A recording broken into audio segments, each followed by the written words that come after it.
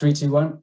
Hello and welcome to Millennial Money Mindset. If you want the fruits, you need the roots. So today we are joined by Fanny Snaith, who is a money coach. So excited for her to be here today. So thank you so much for joining us. So thank you for inviting me. About why it's such a big need at the moment for money coaches, what actually is a money coach, and how the listener at home can help, can learn more about money coaching and the next steps that someone can take. So yeah, thanks so much, Fanny. So today, personal finances is the biggest worry for an estimated 5.3 million people in the UK. And that was according to a study by the Office of National Statistics.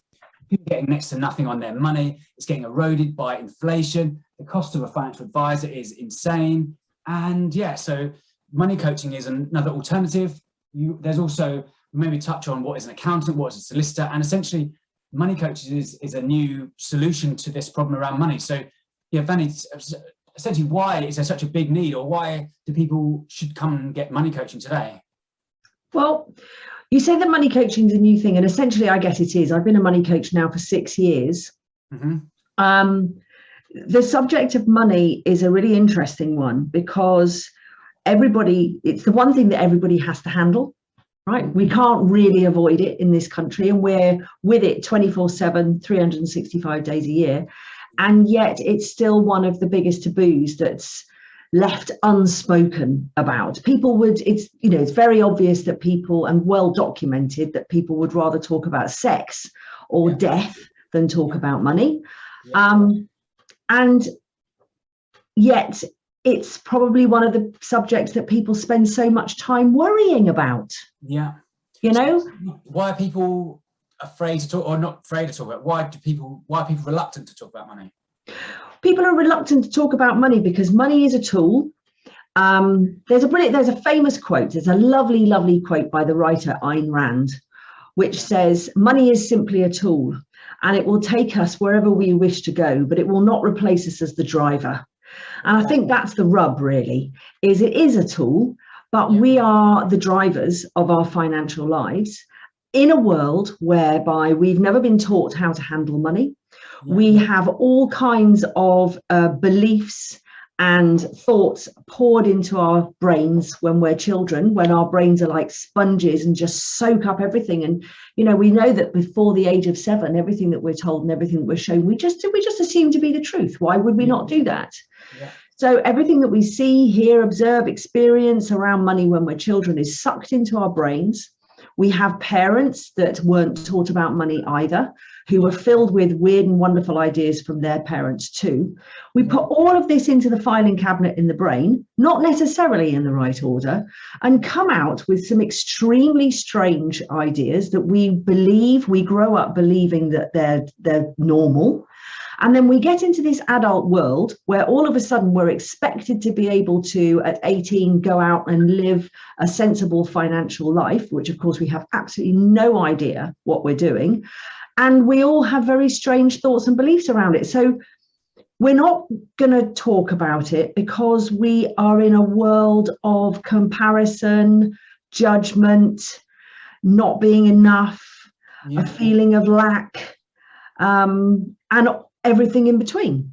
Yeah, and we didn't even need to talk about it previously. Well, it was less important. So in previous generations, you'd work all your life. At the end of that working life, you'd get a handshake, a carriage clock, and then a guaranteed income for life. They had these things called annuities, or the golden age of pensions, where you would essentially you'd work all your life, and then when you retired, you would get money paid into your bank account every month, and you wouldn't even need to worry about it. If you could buy an affordable house, and if you had any money left over, you would put that money into a bank and happily get 5% interest rates. So all that today has been blown out the water. We're getting next to nothing in interest rates. Inflation's creeping up. House prices, for the millennial especially, who's just trying to get onto the property ladder, which this podcast is, it's the title of this podcast. We now have to manage our own money. So there's pension freedoms, which was introduced in 2015. So this changed the law. And also auto-enrollment. So now if you work at a job, if you go to work at an employer, if you work at a job, you're auto-enrolled into you now have to decide, you have to be responsible for what happens with that money. Where does that money go?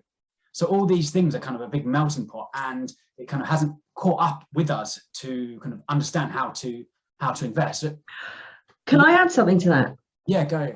Because I think the other thing is that I think what we have to remember here, and I hear you sort of giving a scenario of what sounds like gloom and doom compared to what happened before. However, yeah, go on. Sorry. However, let's also recognise we've never been in such a place of opportunity. 100% agree, yeah. So there are, whereas, you know, when I was a kid, and I'm going to be 57 this week. When I was a kid, we had no calculator. I mean, we hadn't even got I did a maths exam when calculators didn't even exist. Yeah. Right? How mad is that? Yeah. No mobile phones, no computers. No, I mean, we even had what was called a party line when we had to telephone somebody. Do you know what I mean? We had the person over this other side of the street that shared our line. We didn't have any online courses. We didn't have Zoom. We didn't have all of these other opportunities that are out there. So whereby things are quite complicated fiscally for people, there is also a myriad of opportunity out there for people, should they be clever enough, wise enough, and open enough to pick up that opportunity. So let's not forget that.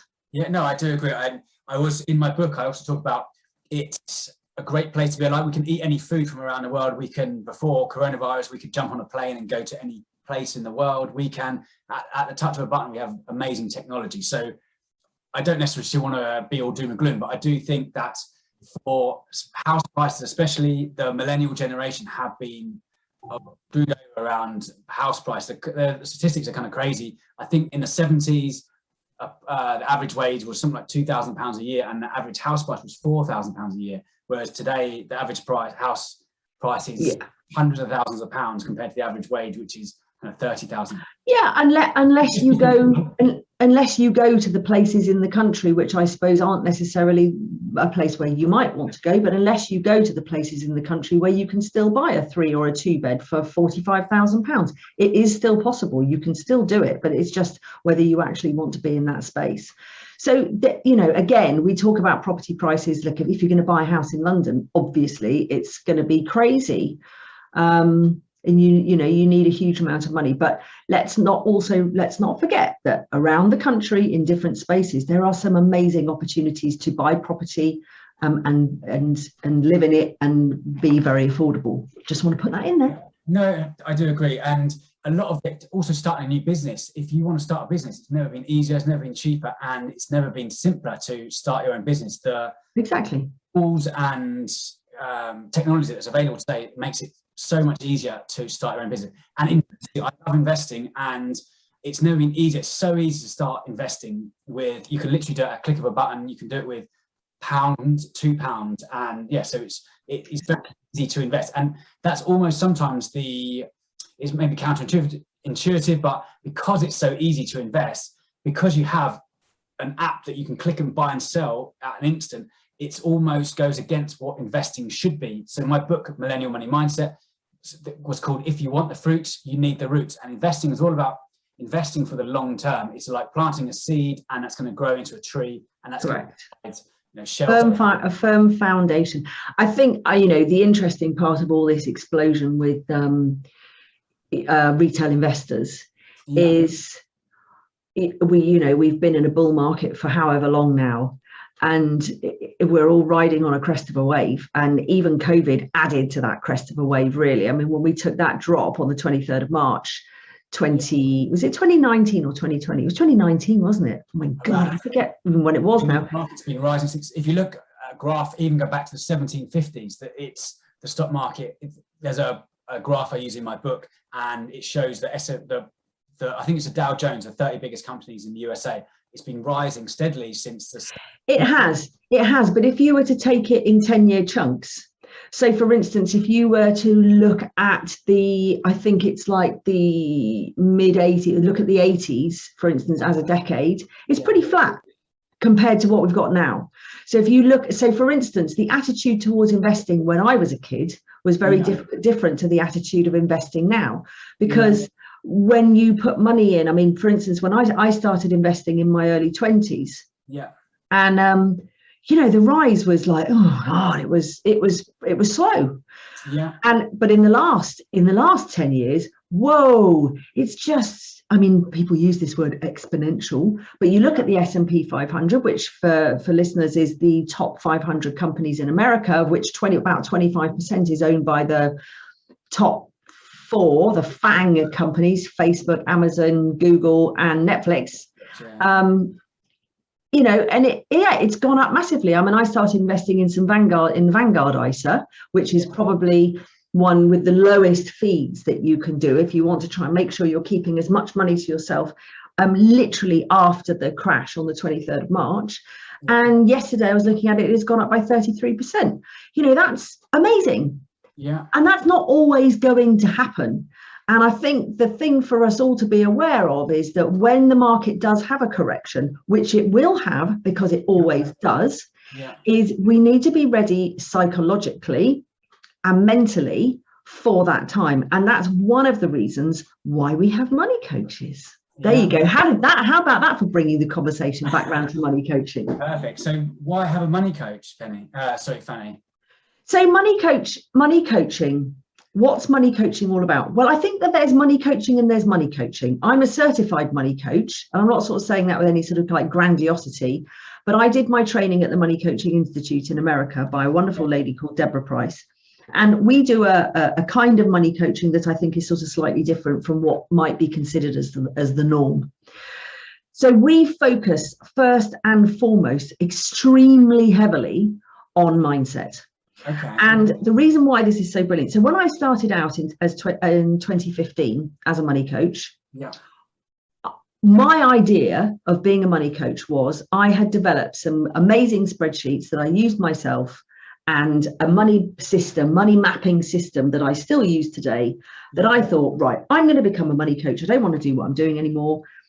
All I need to do is book people in, bring them in, show them my amazing spreadsheet, sell them my services, and off they go, and they'll be financially free in no time. Yeah.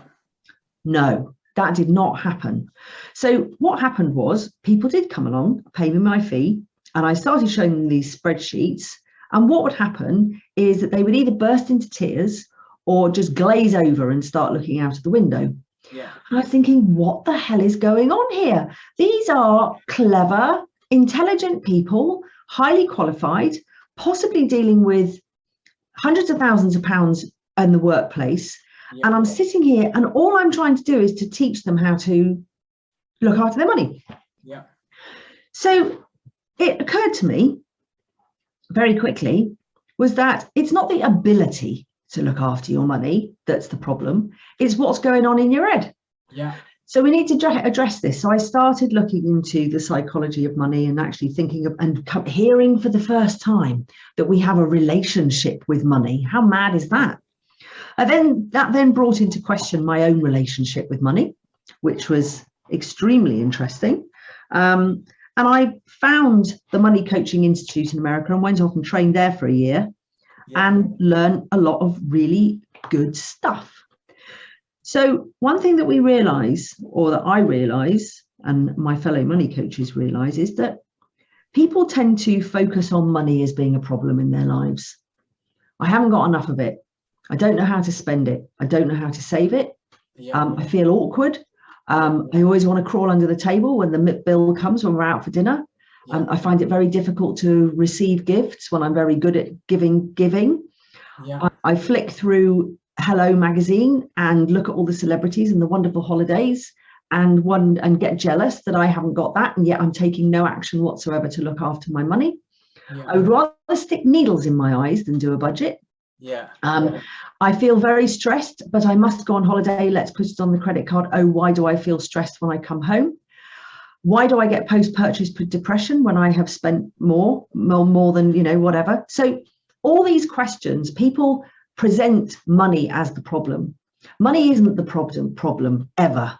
It's the symptom.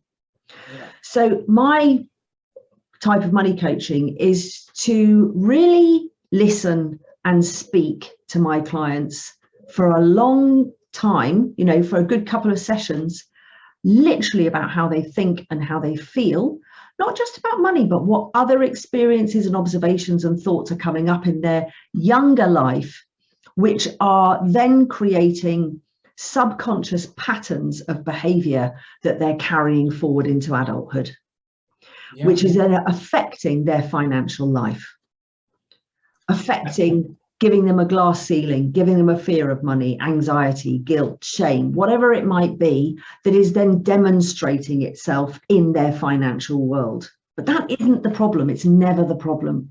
And I believe that once we can get through that, once we can get to that place where we can see what's going on, and I'll give you a couple of examples in a minute if it would help you, then we can start looking at the figures.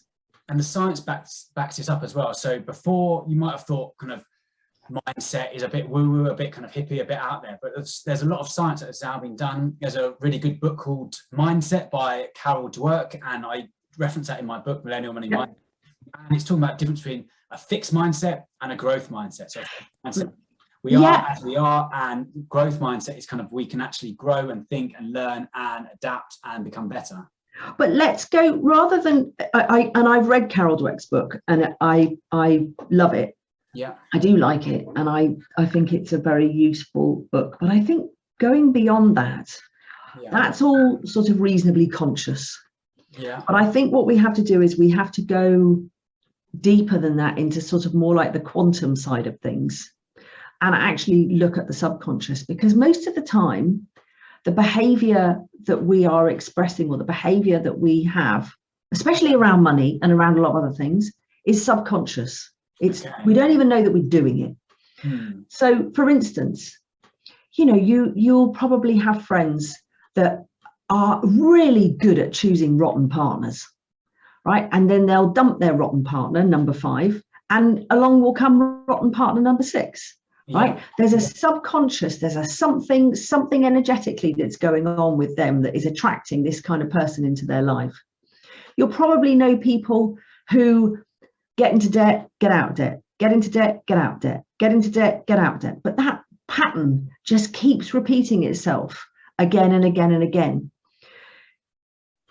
The thing is with these patterns is that they're deep, right? And for instance, you know, my thing, if you want to hear it, my story, which is a good example, I guess. I used to tell the story when I was training as a money coach that, oh, you know, the reason I'm a money coach is because my mum got married and divorced 3 times by the time I was 12. All of those marriages were based around money. All of them argued about money. The second stepfather was a bit dodgy, so mum wanted to get us out of the house. So at 7, I got sent off to boarding school.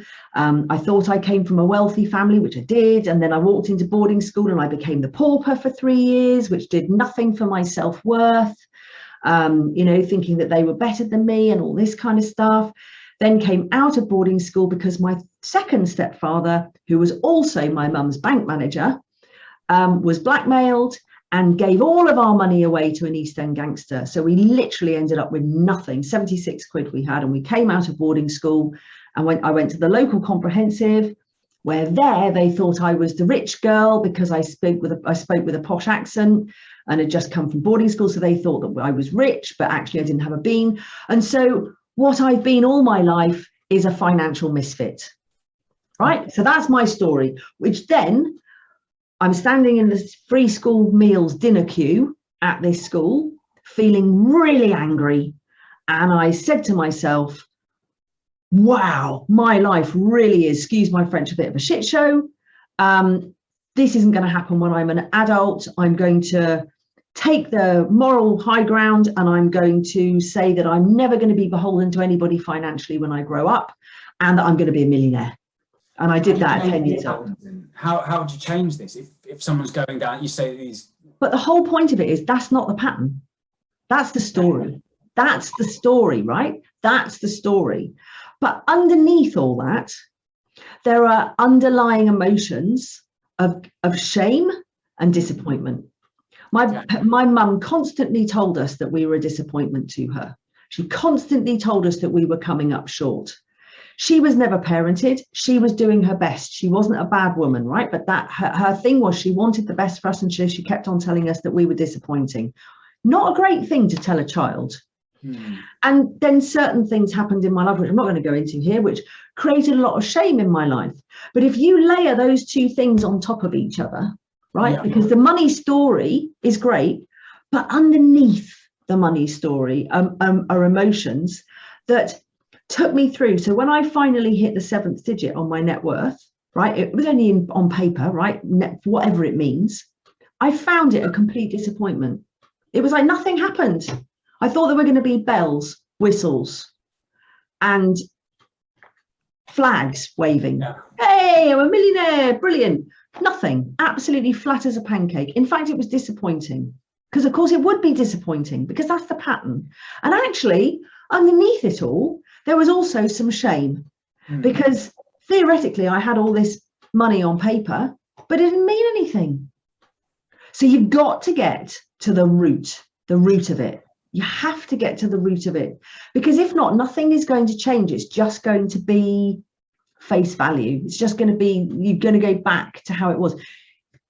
I probably shouldn't say that, but sometimes they have these really long events like Tony Robbins, etc. And quite often you go there, and don't get me wrong, I love Tony Robbins, and you'll go and do these 3-day events, Unleash the Power Within, and you'll go along and it's all rah, rah, rah and motivational, and everybody jumping up and down and changing your state. And it's, I'm going to change the world. Yeah, I feel absolutely brilliant. And you've got all this neuro-linguistic programming that's going on to back it all up.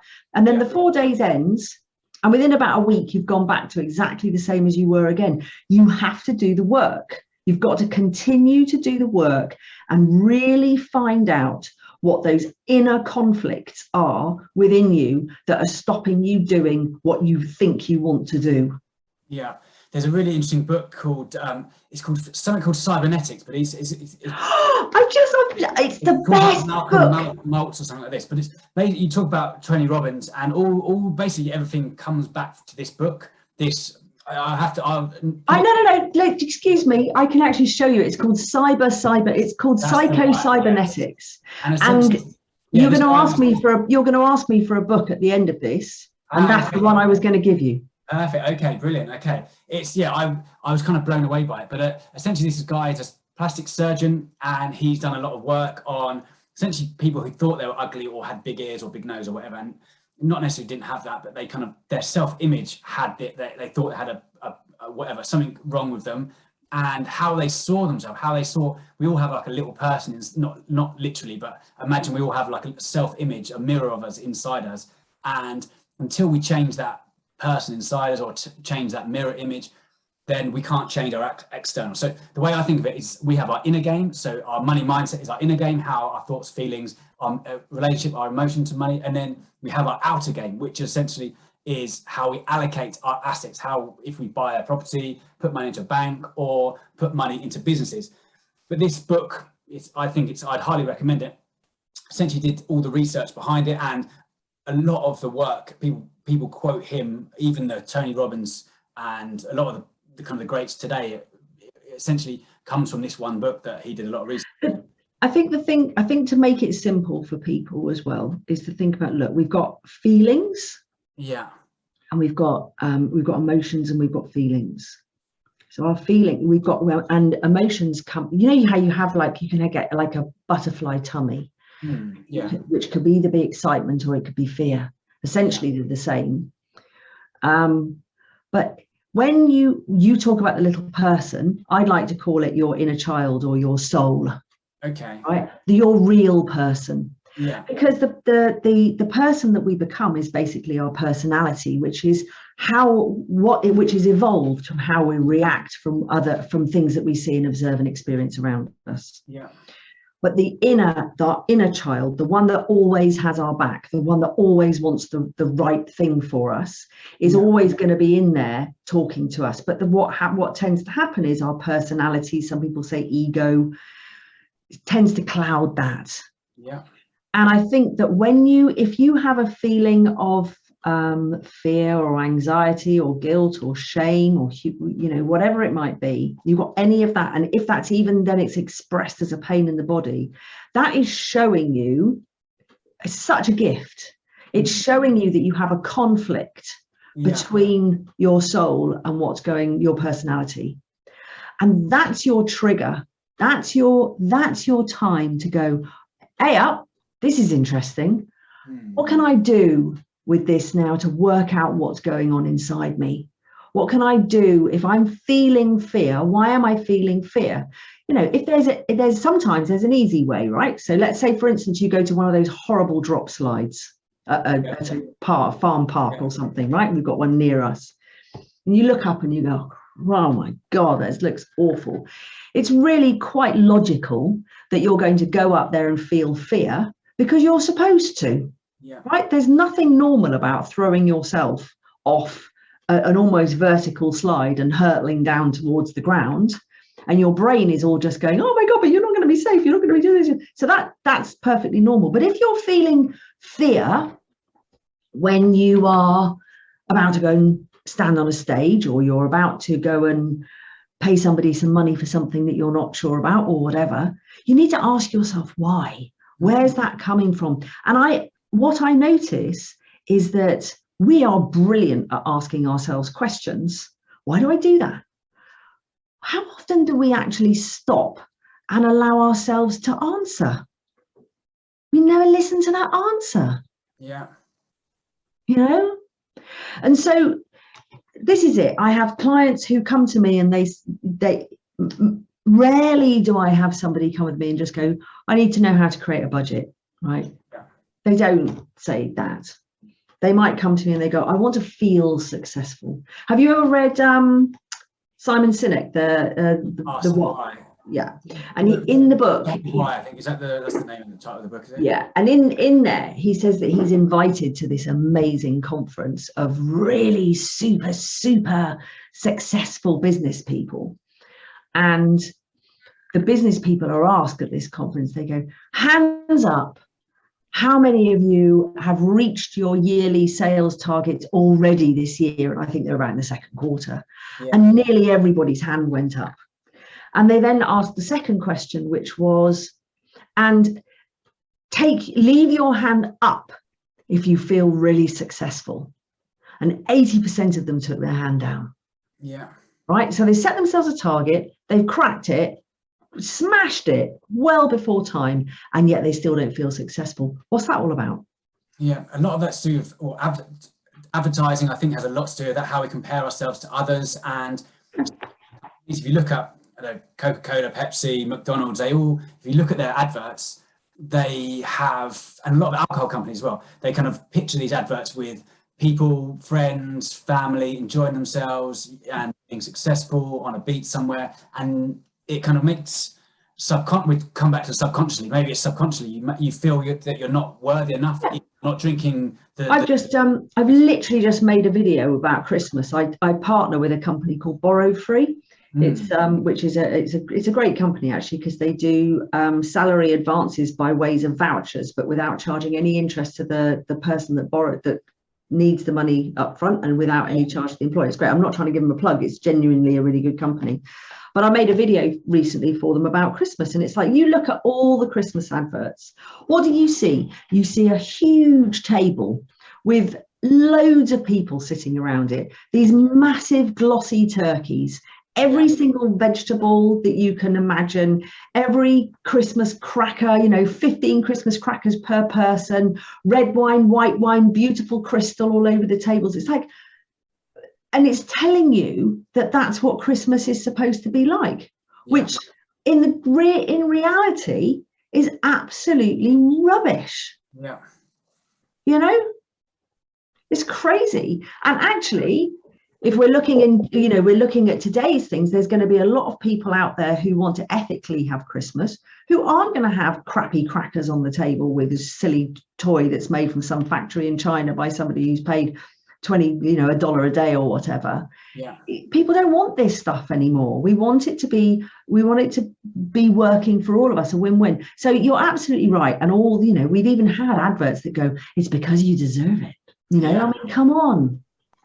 But this is the thing, we need to get to the psychology of why people aren't looking after their money and wanting to make sure that they've got enough money in their older years so that they can be comfortable and also be able to look after their families and do whatever they want to do with it, really.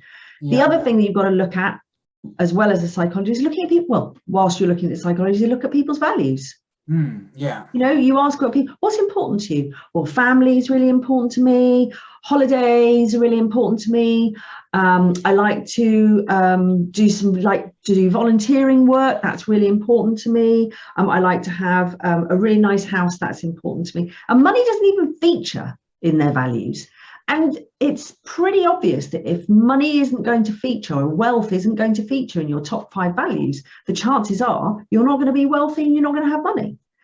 That isn't to say that that's a game over for you. The work then is to actually look at your values and try and attach, work out how you can attach those values to looking after your wealth. So, for instance, if you want to have a nice house and you want to go on a nice holiday, it's going to cost money, right?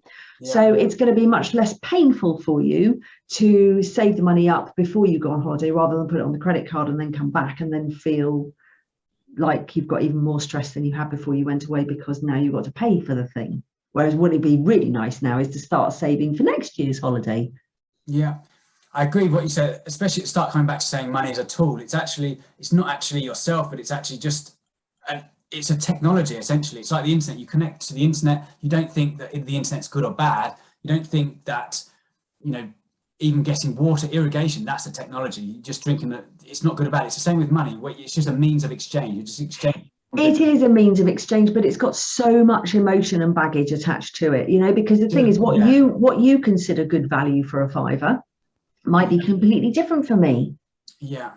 And this is the thing. It's like, God, that's expensive. Oh, is it? Or how much am I worth when I go to work? How much should I be paid? There's all these different things about, or in all the beliefs that we have, and just the whole essence of value is a massive subject. Yeah.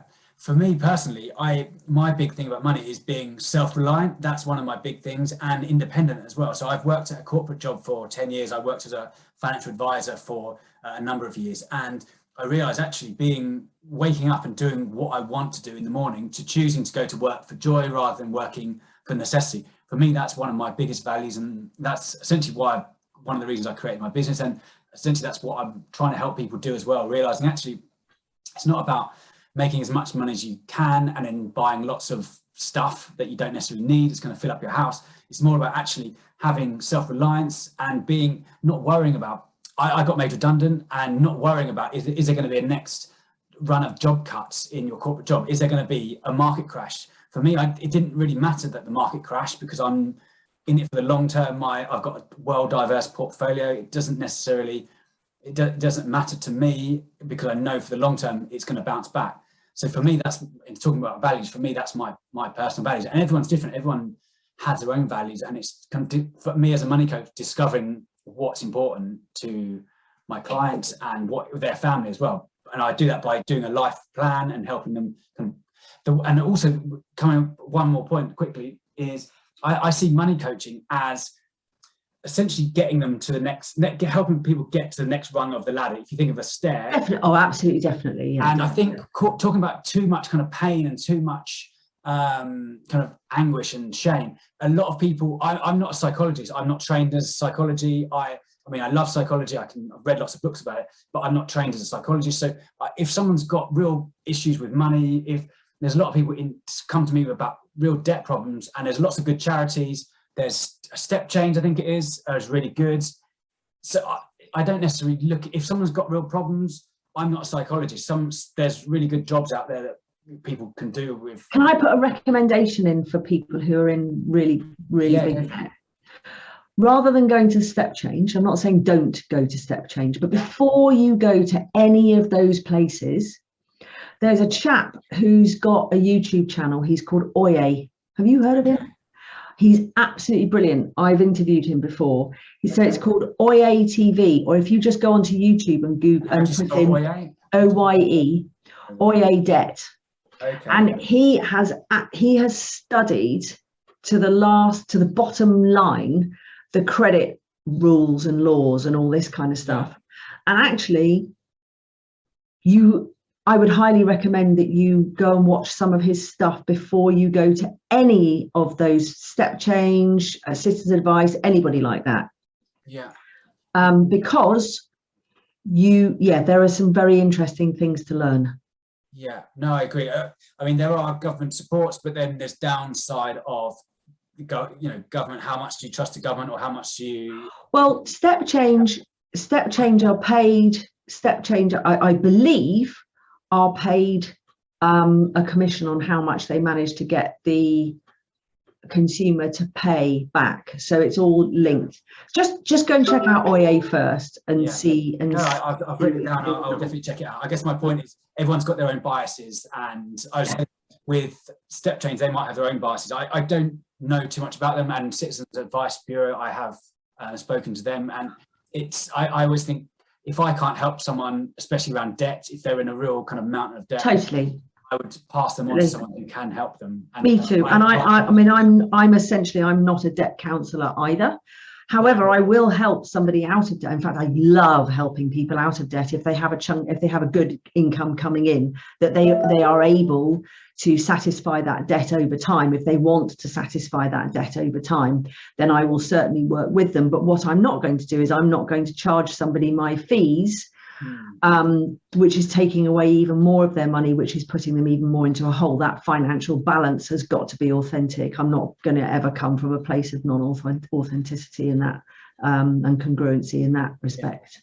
Yeah, I'm the same as well. So for me, I'm lucky enough, I've taken out credit cards, but I've never been, apart from student debt, I've got a mortgage, but apart from that, I've never been in kind of deep hole of consumer credit. So I'm just in that. And I think the people that can help people the most is who have had experience doing whatever that person is teaching them. So I have been investing for over 20 years. I worked on the trading floor. I've been a financial advisor, and I've personally invested into an ISA for 15 years. So for me, helping someone invest is super easy for me because I've done it. I've been there and kind of I know how to help people pay off their credit card debt in a very efficient way, but you can't do that if you don't have enough income coming in to be able to live, to be able to contain the debt, to have some kind of value, some kind of level, good level of life, so you're not in complete deprivation, because that won't work.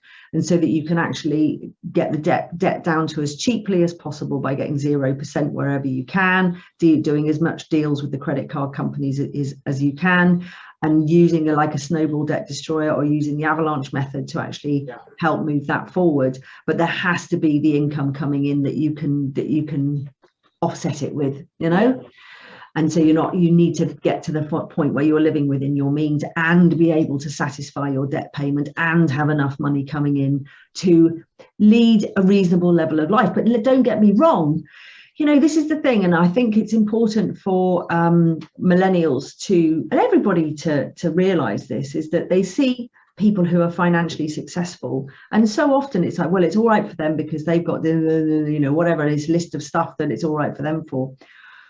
9 times out of 10, and I know certainly for myself, I've had to make sacrifices along the way. I don't have a big shiny car. Well, it's quite shiny, but it's very old, my car, and I love my car, but I bagged a bargain, a second-hand car in 2012 for £3,500. That's an amazing car. Yeah. But I don't splash out on things. Luckily I have no value around designer clothes. So the thing is, if you want to become financially successful, to be able to do the whole thing without sacrifice is really rare. But I'm not, and I was listening to the podcast you did with Andy, who would be clever with your cash, and you do have to keep a certain level of lifestyle. Like I thought a brilliant line he said was, you don't get as much fun going to a festival at 50 as you do in your 20s. That's totally, of course, that's totally true. Yeah. But again, it's about being conscious and about being aware of who you want to become financially, what you want to be, where you want to be, and taking control of that, and actually thinking about, well, what can I do and what can't I do? And if people were to say to me, Fanny, I've got £1,000, how would I invest it? My first thing would be to say to invest it in yourself. Yeah. Invest it in getting the knowledge in how to invest and how to start building wealth. So you raised two really good points there. I think, so coming back to, well, you said that what you can control and what you can't control. I think that's really powerful. I think understanding what is in your power, you're responsible. And as we talked about in the start of the episode, where today you have access to the internet, kind of, if you're a millennial, you've got, YouTube, so you can so much resources. You can go to a library and pick up any book you like. There's even like things like Doig, which is a free online ebooks for anything that's still that's 100 years old or something. That's, well, you've got a course, haven't you, on Udemy? I've got a course, yeah, football formation, asset allocation. Right. And how much is that? I think it was. So I offer an hour of my time. I've got a card game as well. So I know, but the point I'm trying to make is, I think I saw your course. Oh, that looks lovely. Yeah, it's a card game to teach you how to invest. A football formation, asset Oh, allocation. I love that. That's brilliant. Have you actually had it made yet? Yeah, it's a card. Yeah, I'll show you. It's all made. Yeah. So the thing. Card games. Oh, that's beautiful. I love that. Hand illustrated in India. So I'm charging £97 for that at the moment. But the thing is, right, your course on Udemy, I think I looked at it today, and I think it came up for me at £13.99. Yeah. Right. So for £14, which is less than the price of it, there's about the price of a Domino's pizza. Yeah. You can sign up to your course and go and learn about investing. Exactly. Right. It's a no-brainer. Yeah. However, I see people go for the Domino's time and time again. Yeah. And this is where the responsibility has to come. And I think it's about, so I like to, when I coach my clients, I like to take them, I call it going on a financial adventure. Yeah. And I think if you're going to go on an adventure, any kind of adventure, what do you need? You need a map, you need a compass, you need to be fit and motivated, and you need a destination. I like the analogy. That's great. Right. So the first thing is, look at the fit and motivation. You've got to decide if you're going to go on that financial adventure or not. Yeah. Right. And you can make that decision. You can say, actually, do you know what? I mean, I've spoken to people before. I go, what's more important to you? Saving money into an ISA now or going to Vegas? Going to Vegas. Yeah. Wasn't the best question I could have asked, but I had a chat with a construction worker on the street the other week, last week. And I said, can I talk to you about money? And he goes, oh, yeah, I'm rubbish with money. Ho, ho, ho, right? Laugh and joke, which is what so many of us do, that umbrella term. Oh, I'm rubbish with money, which has all sorts of emotional tears and pain underneath it. Yeah. And I said, when was the last time you had a conversation about money? And he said, I have loads of conversations about money, mostly with my bank manager, who's telling me off for all the money I spend. I go, oh, do you spend a lot of money? He goes, oh yeah, I'm always in debt. I spend way more than I earn. Ho, ho, ho, right? Like funny. I said, what do you spend your money on? And he was with his mate. He goes, oh, we spend it down the pub, don't we, mate? He says, I spend at least £300 a week down the pub. And he said, I'm 25 and I should be married and I should have kids. And I said, okay. I said, well, would you like to change that? He goes, nah, not really. And I went, oh, okay. He said, no, I'm quite happy as I am, really. I just go on, I'm having a good time. I said, okay, what was your mum and dad like about money, with money? And he goes, oh, that's really interesting. My mum lives in a council flat on benefits. And my dad, he lives in £1 million house. And I went, oh God, isn't that interesting? I said, who are you most like? He said, Mum. I'm like, Mum. And I went, okay. I said, who would you most like to be like in 5 years' time? And he went a bit quiet. He said, Dad. I said, Dad. I said, right, okay. So if I could wave a magic wand, maybe you'd have to do a bit of the work. Would you be interested in it? And he looked at me in a completely different way. And he said, I'm going to have to really go and think about that, aren't I? Yeah. That's a really good example. No, I think that's very relevant. No. So that's the first thing about the adventure. You need to decide if you want to be motivated and fit enough to do it. And that means looking at your mindset and not just reading books about it, really sitting down and doing the work, going through your money story, asking yourself, what do you believe? What was your mum like? What was your dad like? Who else were your role models when you were growing up? How did you fit in at school? Were you financially judged? What were the other underlying emotions that were going on around your childhood? What did you feel? You know, how did it work for you? What funny little stories have you got? The one guy I coached, he came to me, he goes, he was in his 60s. He said, I don't know why I wrote this down, Fanny, but you asked me to write my money story and you said, if something comes to mind, write it down. He said, when I was 5 years old, I went down to the beach. I was with my mate and he was a few years older than me, which is why we were allowed down there. So we went down there on our bikes and we were standing by the sea. And all of a sudden he picked up my bike and he threw it into the sea. And I went, wow. And he goes, yeah. I said, how did you feel? He goes, I was really, really confused. But I also felt like, why would somebody do that to me? Why is somebody so cruel? What did I do to deserve that? And the thing is, he said his mate got up and cycled away. So he was literally left standing by the sea. He couldn't go into the sea and get the bike because it was too far away. And he just felt really dumped on. And that was the interesting part. And he just wrote that down. And that was the seed that was planted that created the subconscious pattern of feeling dumped on again and again and again and again and again in his life. Yeah, I do agree with you. I think subconscious and has a lot to do with it.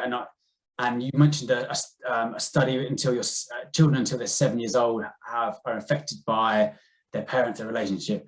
I think it's a Cambridge University study, and it's been well studied. I do think people can change, though. I do come back. Definitely. Oh, absolutely. Definitely. Of course, just because we can change. You have an experience when you're young doesn't necessarily mean that you can change. I did another podcast called The Unfair Advantage. An author, Hussein, his book's called The Unfair Advantage. He actually won the Business Book Award last year, and he talks about you could even use these unfair advantage if these bad things happen to you as a kid. You can almost use that as your superpower, and you can actually go, for whatever, you're bullied as a kid. Well, like I did. Yeah, there you go. So you can use it as a fuel to kind of, actually, I'm never going to let this happen again, and I can. However, but the thing is, you've got to just make sure that you're going to the right thing. So for me, even though I went, my stepfather gave all our money away, and I'm never going to be beholden, and I'm going to be a millionaire, etc. It was the shame and the disappointment. And when we're talking about people can change, when I realised that the shame and the disappointment were the key factors for me, and I was able then to go, but I'm not a disappointment, though, am I? And actually be able to put some truth to it. Because the thing is, I want to make it very clear to your listeners. Yes, it's all very good to have a wallow in our past and maybe feel a little bit sorry for ourselves before, but we're not going to live there, right? Because beliefs are thoughts that we continue to think. And yes, the beliefs could be from our past, but they're only going to stay true if we live there. I think that's a bit of a Tony Robbins quote that I've nicked there. But, we don't live in our past. We work out what happened in our past and we process the pain, because for those who are carrying the victim archetype, and I work with money types, which I haven't actually mentioned yet, and I'll talk about them in a minute, but there's I work with these 8 money types, which we have all of them within us. So it's like, this also is part of the financial adventure. So I have on this thing with the financial adventure. So we talked about being fit and motivated. Obviously you need a map, which is your budget, and you need a compass, which is tracking your spending. And then your destination is where do you actually want to go. But if you think about it, we're going on this adventure in a bus. And I'm round talking about who was the driver, right? So if you think about it, we've got 8 personalities, money personalities within us, or 8 characters. There's the innocent, the victim, the warrior, the martyr, the fool, the creator, artist, the tyrant, and the magician. We have to ask ourselves, which one of those characters is driving our bus? If any of them, if any. Because let's face it, for a lot of people, nobody is driving their financial life. Nothing is driving their financial life. Empty space, and they're either headed to just like run out of steam and stop, or they're headed for the cliff face. Right? So we need to try and decide which of the money types is driving the bus. And if the victim is driving the bus, oh, woe is me, everything goes wrong, it wasn't my fault, it's everybody else's fault, blah, blah, blah. That's fine, that's good, because the chances are you did have some awful things that happened to you when you were small. But what we need to do is we need to process that pain and then move through it so that we can get the warrior and the magician driving the bus. Yeah, it's fantastic. I had a look on your website. It looks really interesting, and it's based on Carl Jung's psychology, which I'm a big fan of. Yeah. And he talks about his work was on kind of introvert. If you're an introvert, you get your energy from yourself, or an extrovert, you get your energy from external people. But I find that those sort of things where you can categorize people. Obviously, you don't want to kind of, everyone's kind of fluid and everyone kind of moves between these archetypes. But yeah, to try. And this is the key, because I think there's quite a lot of other personality type quizzes that are around that goes, this is your personality. Yeah. Money types aren't like that at all. The money types are showing you where you are, not who you are. And that's really, really important.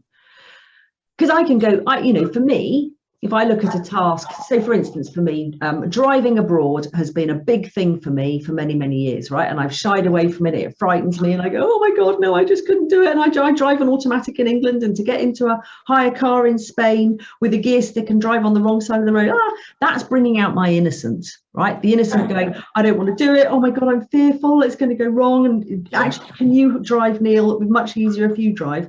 Yeah. Right, so we can all have this stuff come out, not just necessarily about money, but about different parts of our lives.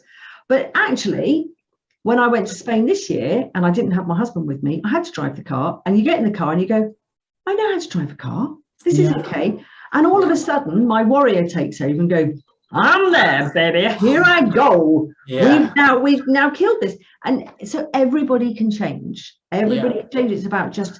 But, our brains are here, tell us to try and they're here to try and keep us safe. Yeah. And if they feel that we're going to go into a place of danger, like going into a bank and asking to speak to the bank manager. I had one client who said that she thought that every time she went into a bank, she was going to get arrested and put in prison, for her own reasons. But we can conquer those fears. We can get around those fears. No, I do agree. I think, but then coming back to our brains want to keep us safe. We evolved from a time that isn't relevant anymore. So that's it. Lived in a place, 10,000 years ago, we would you'd go hunting and you'd get whatever, you'd catch a buffalo or whatever, and you'd have to eat that right away because we didn't have fridges, we didn't have a freezer to kind of preserve that. We didn't have to think about what am I going to do when I'm 65, when you're 25. You just want to eat that meal straight away. So we now have to think much longer in the future. We have to picture ourselves as our kind of future self. So think about, what is Neil going to look like? Imagine what I quite say often to my clients, imagine meeting yourself at 55, like you open the door and that person's looking at you and you're like, he's either going to kind of hug you and thanks for so much, or he's going to be a bit annoyed that you went to Vegas instead of actually putting 10% of money into your savings account, into an investment account. So it's also thinking we have to think much longer. It's longer term than we ever had before. And this is tough. This is harder than we had as a millennial. I'm kind of clinging on for dear life as a millennial. I'm kind of the top end of millennials, but millennials had to, we now have to think about what are we going to be like in, 20 years time, where previous generations didn't have to think about that because they would get a guaranteed income for life. So it's these kind of skills. It's a skill. That's the thing. Investing, it's not an art, it's not a science, it's a practice. You get better by practicing. It's like your car example as well. I talk about this in my book, chapter 4 of my book, where if you look under the bonnet of a car, it looks so daunting. It looks pretty scary.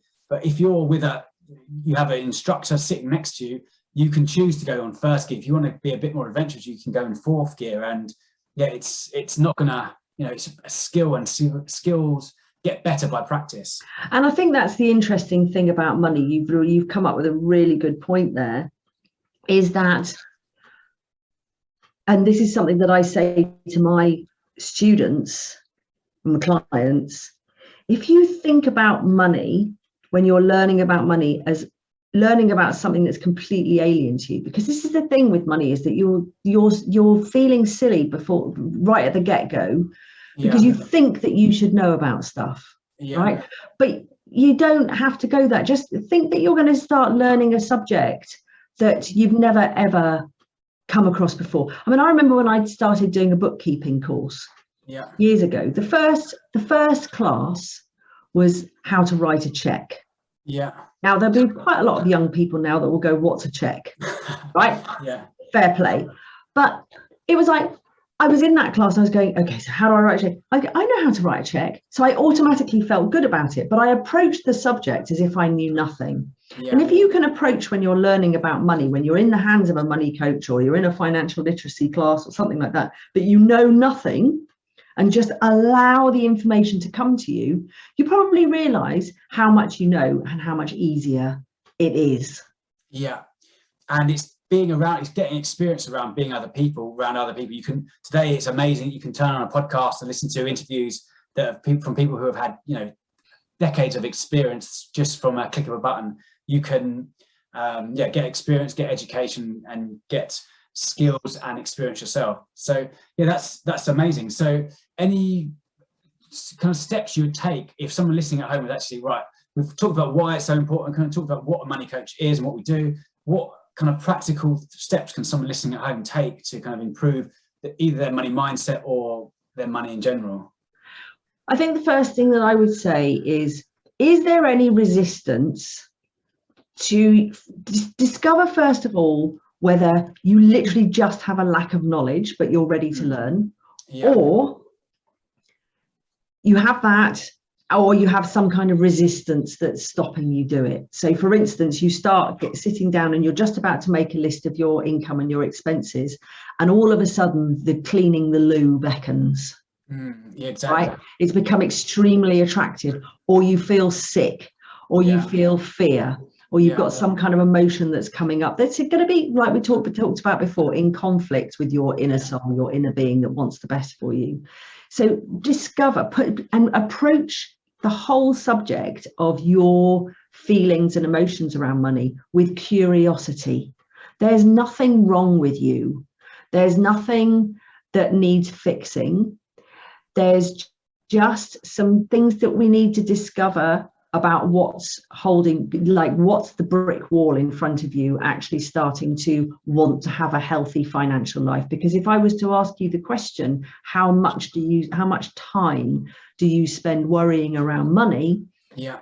And you think about that, I'd then say to you, so if you spend all of that time worrying about money, why is it that everything seems more important than finance for you? So ask yourself that question. The other thing I would say to people, if I can be blatant, is go and take the money type quiz on my website, because you just get presented with a load of words that you tick on whether you feel they apply to you around money or not. And it will give you an indication as to which money types are coming up for you. And if you have not got an active warrior and magician and creator artist, which is more than 50% each in percentage wise, then I think that looking at your relationship with money it could be really important to you if you care right now. And if you don't care right now, one, you're probably not listening to this podcast, I would think. So you do care. Just approach the situation again with curiosity, and know that there is ample help out there for you, that you can become an excellent money manager very quickly and can be on the yellow brick road to starting to invest almost today.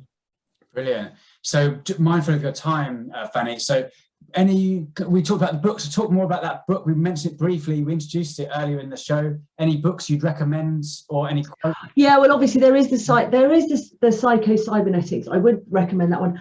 I think if you want to learn about practical finance and you want to learn about investing, there's a fantastic book called How to Own the World by Andrew Craig. Yeah, he was going to come on our podcast. Unfortunately, he's writing another book. So he's writing another book at the moment. Yeah, we're due to have a chat as well. Unfortunately, he couldn't make it, but highly recommend that book. It's essentially the other thing is you can go on the internet rather than read the book. But we both know the 6 most important words in money. So tell me, what are they? Income, expenses, assets and liabilities, cash and flow. right? Nice. So it's learning about how those 6 words work in finance. And if you actually just go onto the internet or you look at the book Rich Dad Poor Dad, it will tell you, though, I mean, it's quite a long book to give that sort of short message, but a book like that is fantastic to read, Rich Dad Poor Dad, and it's such an easy read. Yeah. So I would go there. He's written other books as well. So I'm a big fan of Robert Kiyosaki. I think they should teach that at school. That'd be on my book on my curriculum. There's other books that he's written. Actually, the second book is probably my favorite. The Cash Flow Quadrant. Cash Flow is great. Yeah, and the other one is kind of Introduction to Investing. But everyone talks about the Rich Dad Poor Dad, but he's written so many good books that I'm a big fan of him. So that's a great recommendation. Yeah, he's good. He's become a little bit of a caricature of himself in later life. I still think he should get a Nobel Prize, which is if you look at some of the other Nobel Prize winners in economics, I think he's had more of an impact on people than... Yeah, very likely. And of course, read Think and Grow Rich, Napoleon Hill. It's a great one, yeah. So there are loads of books, and the book that is from the Money Coaching Institute is called Money Magic by Deborah Price. Okay, nice. And there's also, shameless plug, Millennial Money Mindset, the roots. Millennial Money Mindset by the Financial Times in 2018. But I'm happy to send you a copy if you'd. I'd love one. Okay, great. Yeah, I'll send you my address. Can I tell you something that I think is just a bit of a coup, which I'm really happy with, which I think is a really good move forward in the financial well-being sector. So they have the Money Marketing Magazine Awards every year, and I'm so chuffed to bits to have been shortlisted as a finalist. Wow! As the Financial Wellbeing Champion of the Year 2021. Great. But what I love about that is that for the first time, I think, in all the categories, I'm the only person there, I believe, who isn't a financial advisor, who doesn't come from financial services. So that makes me really chuffed. We didn't even talk about that today. That was meant to be our main subject. We've kind of gone What was? The difference between financial advisors and money coaches. So I think essentially... I've explained that. Financial advisors are going to sit down and actually going to recommend products and services that you should invest your money in. In fact, they really need to do that because that's how they earn their money. They possibly might touch on your relationship with money, but I think they might ask you the questions, but I'm not sure that they're going to. I'm not sure how they are. It's not going to go as deep as money coaches are going to go because they don't have the time to do that. That's not how they make their money, right? And that's just fine. It's good. There's a financial advisor very much has their place in this world, but it's not the same as money coaching. Money coaching is more like a money mentor, a money mate. Yeah, exactly. So the way I see it, I used to be a financial advisor. I see it more as a chauffeur. So if you want to get someone from A to B, you can call up a financial advisor and they would take you there straight away. Whereas what a money coach or what I offer, I like to think that it's more almost like driving. So the Ayn Rand quote, right? Teaching you to drive your own financial life. Exactly. So that's the way I see it. So essentially, we're sitting with you in the passenger seat. We have a break. If things are getting a bit scary, we can stop the car and get out and we teach you the theory. We teach you the practice. Actually, getting in the car, turning on the key, put it into. Do you want to go first gear, second gear? You can actually go fifth gear, making sure you avoid the dangerous paths, but it's also giving you the freedom to do actually what you want to do. So rather than a chauffeur, you're kind of locked in or tied in with a person who's going to drive you around. You have the wind in your hair. The idea is to we don't want to sit with you the whole time. We essentially want to teach you the skills and the experience and the education you can go out on the road yourself or essentially invest yourself with having that freedom to get you to...